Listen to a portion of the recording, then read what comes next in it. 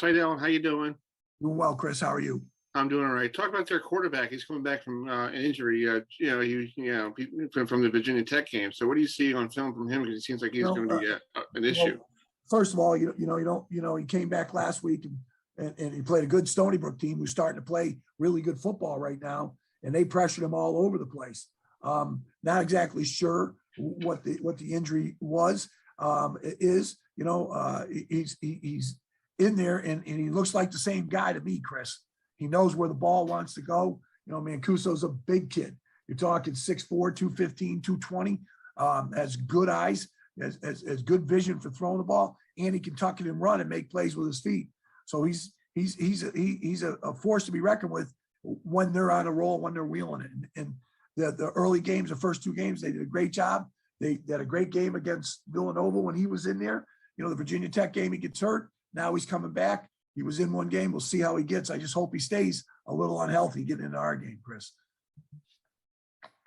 More questions for So, all right, everybody. We're here with Jerry DiPaola, our good friend from the up there in good old Pittsburgh. Pittsburgh this weekend taking on the Canes.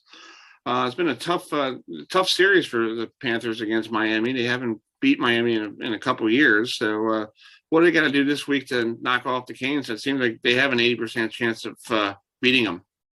Well, it's interesting that, in 2017, it was Kenny Pickett's freshman season. Miami was ranked number 2, and Pitt was on its way to a 5-7 season. And the Panthers knocked them off that day at Heinz Field. Since that day, 3 games, 18, 19, and 20. Pickett didn't play last year because of an injury. Pitt has lost all 3 games to Miami, and they've only scored 1 touchdown in the meantime.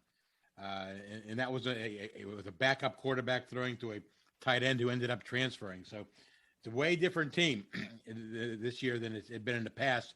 This year, the roles are reversed. Now, Pitt is the ranked team. They're 17th. They're not second, but they're 17th. And Miami is having the unfortunate season. So to win the game, I think they have to be able to neutralize Miami's speed and just keep doing what they've been doing. Throw the ball down the field. Hopefully the running game will be able to complement the passing game. Well, Pitt is injured. There's very serious injuries this week. 2 concussions suffered in the Clemson game. One is Izzy Abanikanda, the running back, the leading running back for Pitt. And the other one is Jordan Addison, the All-ACC freshman of the year last year, who also got a concussion in the Clemson game. Pat Narduzzi called them really questionable when we talked to him on Monday. We talked to him again tomorrow on Thursday to see exactly what that situation is. But he probably won't give us too much information about it.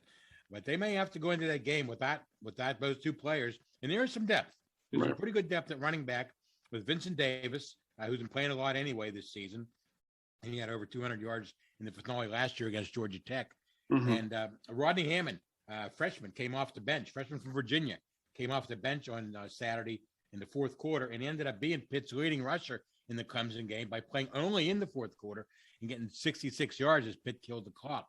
So you got some depth at running back and obviously a wide receiver with Taser Mack, who had a big touchdown tie-breaking catch against Clemson. Lucas Kroll is the X factor. The tight end has been having a pretty good season. We can hang on to the ball. He had a big fumble against Clemson. But with Lucas Kroll and Taser Mack and Shockey Jacques Louis and Jared Wayne, they probably have enough wide receivers to compensate for the loss of Addison. But that's a big loss. Addison's a great player. Yeah. Let's talk about last week, the environment. What was the environment like up there? It seemed like it was more people there. They thought the Steelers game was in town, but it was actually more for, you haven't seen that in a very long time, right? It's been a long time. Of course, last year there was no fans practically in attendance because of COVID. Pitt doesn't get too many 60,000 capacity or 60,000 fans in the seats, and they did for this game against Clemson. There was it was a big ballyhooed game. A lot of people were excited about it just because of Clemson is Clemson, and Pitt was on a winning streak. Behind field seats 68,000, so it wasn't a sold out crowd. There was a lot of seats available, but the crowd was in a partying mood. There was a lot of screaming. The student section was full, which it always is. Actually, the student section always gets full. They have buses that takes students from the Oakland campus down to the North Shore at Heinz Field, and he put food on the buses to entice the kids to get on the bus.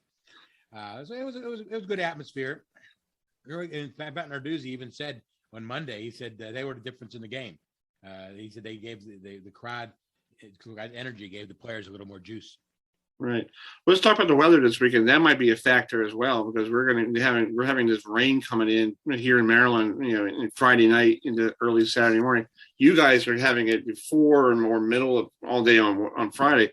What's that is the field covered more or less? Did they cover the field? Tarp, yeah, they put a tarp on it when they knew the weather's going to be bad. The field's been in pretty good shape this year, considering that the Steelers and Pitt both use it. I don't think that's going to be a factor at all. The weather, it's going to be the normal late October, Halloween type weather. It's going to be a little chilly, maybe a little wet, but nothing that's going to impair anybody. I think they're going to be able to handle it fine. Yeah, not like that game you and I went to the Syracuse game. We had that a 2-hour rain delay, and it was it was like a thunderstorm that showed up, and then like you had 2 separate halves, and then we went to overtime, right. And the ACC championship game in 2018, we were poured like crazy. Yeah, that was just crazy. Pickett's sophomore year, he only threw for 8 yards in that game. Pitt got blown out by Clemson. It's a way different Pitt team this season than it has been in the previous season. So, Pitt is favored to win by about 9 or 10 points. I'm not sure I would give those 9 or 10 points if I was a bettor, because I think Miami is coming into its own. With their redshirt freshman quarterback Tyler Van Dyke, played real well against NC State last week. They've only won, I think they're 3-4, but they're playing better. They have some weapons at wide receiver, a good running back, a speedy running back who's young. So Pitt's going to have to put a lot of pressure on Van Dyke, and I think that's what's going to be the key to the game.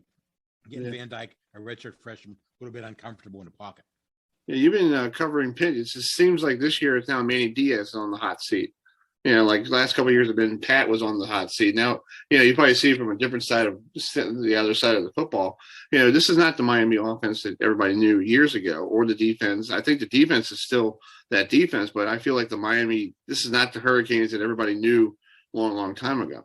No, the Hurricane program is taking a major dip over the past several years. Like I said, they still beat Pitt 3 out of the last 4 seasons. Maybe more than that. Pitt actually had to beat them 1 year down there in Miami. I think it was 2014, just to get bowl eligible. And they actually did it. It's 2014, but they only won 1 game since then, I believe. Even in 2016, the week before they upset Clemson.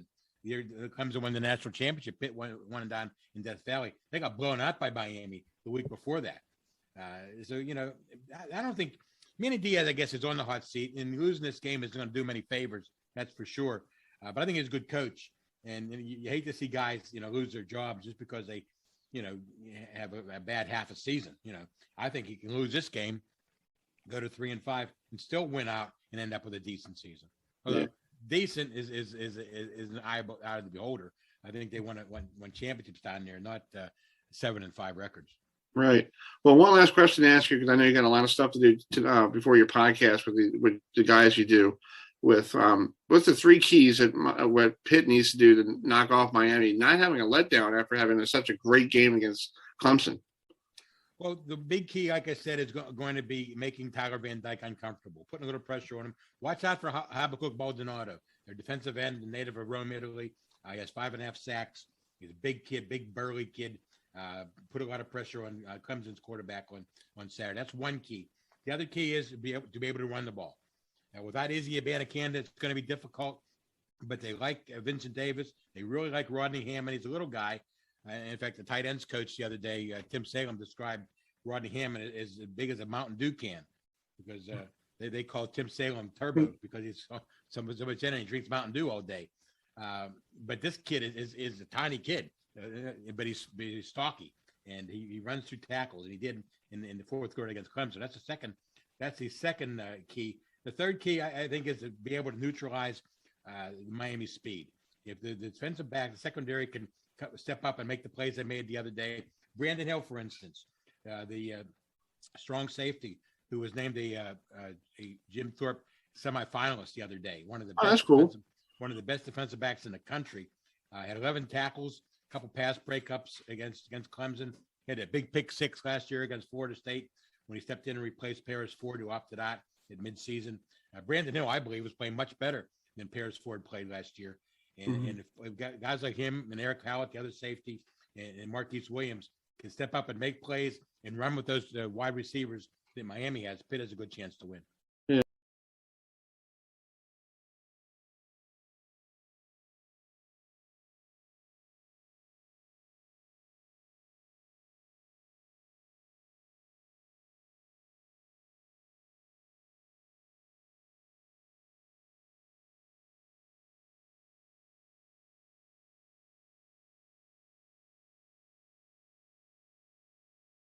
All right, this is the Tuesday Dixie State University football media availability for head coach Paul Peterson ahead of this Saturday's game at Delaware. It'll be a 1 p.m. kickoff Eastern time, and we'll go ahead and open up questions for Coach Pete. Hey, Coach. Thanks for taking some time today. Talk about coming to the East Coast. You're from Boston College, right? So you're so used to being on the East Coast. So was it like you going to have some people coming to Newark to watch you guys, or how's that going to happen? No, they told me they're probably just sticking to those BC games right now. Yeah, just talk about your being your team. Is this your first full season as Division One? Yeah.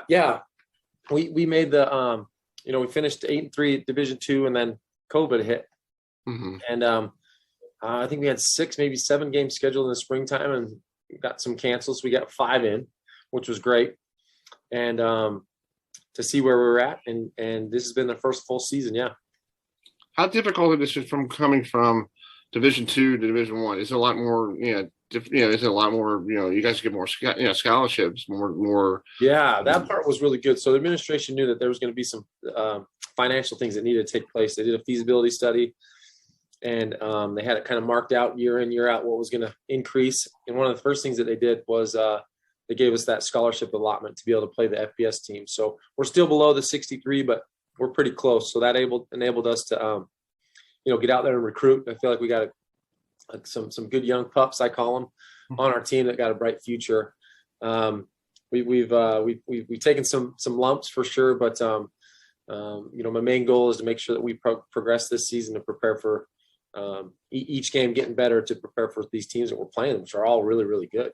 Yeah. How did you get Delaware on the schedule? Did Delaware looking for somebody for a non-conference? Did they just do one of those, like, look at a map and just put a sticker there? I want to get No, I think for the most part, when we made this transition, we didn't have a schedule, right? So it got blown up, and our AD was contacted by a lot of different teams, and just trying to fill which week we could. We were just trying to put a schedule together. So it was kind of like there wasn't too many options, I guess, to get a schedule that would have been, I don't know what the right word is for it, not good for us, but just a schedule that we have 11 games with, and I think we got some where we got some good home games here that we're excited about. So yeah, my mindset was, it doesn't matter. We're making this jump. Let's play the very best so we can see where we stack up, where we need to fix, what it feels like to play some of these good teams too. And playing in the WAC is pretty good too, right? That's a big conference, That's exciting for us. We didn't think that was going to happen that fast, right? And so to get that invitation and get those things lined up right away is fantastic. Cool. And one last question to ask you. You're an old quarterback. So it seems like every coach I talk to has a quarterback, they were a quarterback or they were running back. Does that help you a lot being a quarterback? Because I know you're the field general when you were at Boston College. You were the guy on the center. Who was your coach there at Boston College? Tom O'Brien was the head coach. During his days, Dana Bible was the old offensive coordinator who just recently retired. He was at UCLA previously, but really good staff, some good guys. They were tough. Yeah, I think quarterback is definitely an advantage. I mean, the funny thing was when I was a graduate assistant, I jumped over to defense, and they're talking about gaps and being gap sound. I'm like, what are you guys talking about? I didn't even think about that as a quarterback. I knew what the 11 were doing, mostly the back end, but making sure that they don't get gashed that way. So that was a really good perspective early on in my career, and then having my chance to develop quarterbacks and try and teach them those things that I learned from good head coaches and good position coach and Dana Bible. And I think it's good. You kind of knowing what all 22 guys are doing and finding ways to scheme it where you can be successful and give a quarterback some confidence and success. We've been struggling a little bit in the quarterback position on our third guy, but they're all still competing and fighting and just trying to see what we can do to get better. Well, I want to say safe trip to Newark, and good luck on Saturday. And hopefully the weather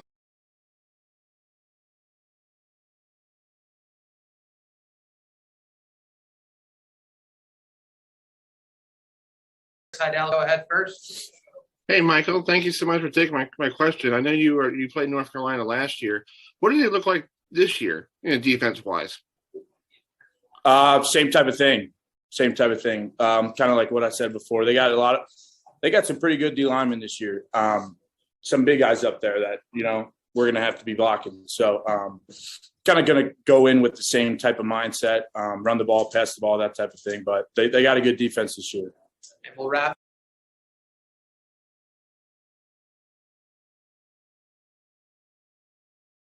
I'll go ahead first. Hey, Andrew, question about your father. I mean, I know your dad played offensive lineman when you saw him growing up. What did you see from him that you grabbed to become a better offensive lineman? I never saw my dad play. My dad only played in college, but I've seen maybe a YouTube clip here and there, like he pulled up or he found or someone sent to him. But it's not like I grew up watching him play or anything like that. It was just he played in college, and that was a big part of his life. And growing up, he was always like a youth coach, stuff like that. So he definitely knows what he's talking about. So yeah, I wouldn't say I grew up watching him play though, but he's always been a big part of my football journey. Eric on Zoom, Chris Heidel, go ahead. Hey, DJ, thanks for taking my question. I'm from Baltimore. You're from Annapolis and all that stuff. So just talk about your journey from our state capital all the way out to South Bend. Right. It's been great. I've met a lot of great people, and I knew once I came out here, I knew I had to, go out my comfort zone. But honestly, it's been great. I've met great people. I have, people from Maryland and DC as well, Cam Hart, Litchfield, Ryan Barnes, guys like that. So it's always good to have guys where you're from. And we'll